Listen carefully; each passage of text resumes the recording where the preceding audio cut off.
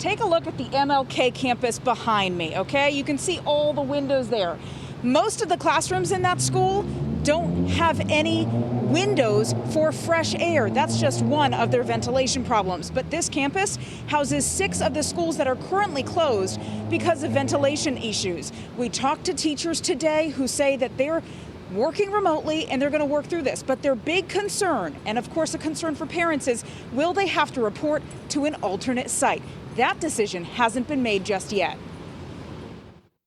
10 school buildings housing 21 schools will have teachers working from home until ventilation issues are fixed. There's a lot of work that needs to be done on that campus. Paulo Fonseca Jr. is the assistant principal at Urban Assembly School for Media Studies on the Upper West Side, closed because of airflow issues. The question for his teachers right now, will they be remote or relocated to another site? We may be forced to go remote 100% at any point in time, whether the campus infection rate got higher, the citywide infection rate rose. An alternate site is an option according to the city. There are a number of private and parochial schools who are either closed for good or closing this season. We've taken advantage of that. Each facility must go through the same inspections, made public today on the DOE website, showing 2,882 classrooms still need repair.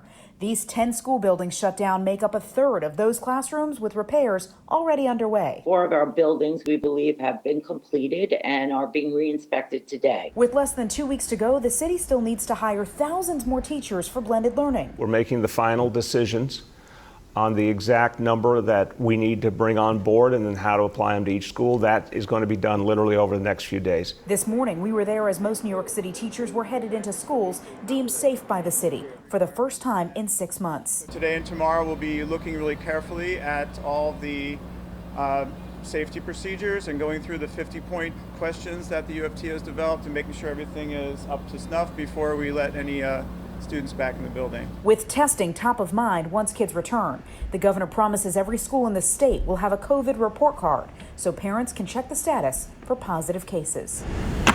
Every school district has to report every day to the Department of Health as to how many tests were taken, what type of test, what was the result.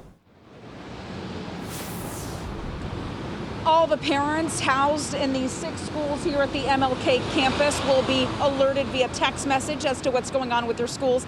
That will remain closed until those repair happens and then inspections happen once again. So we are short teachers for now, but one good thing is that we do know nurses have been hired for every school building in the city, so we are on track to hit that for September 21st.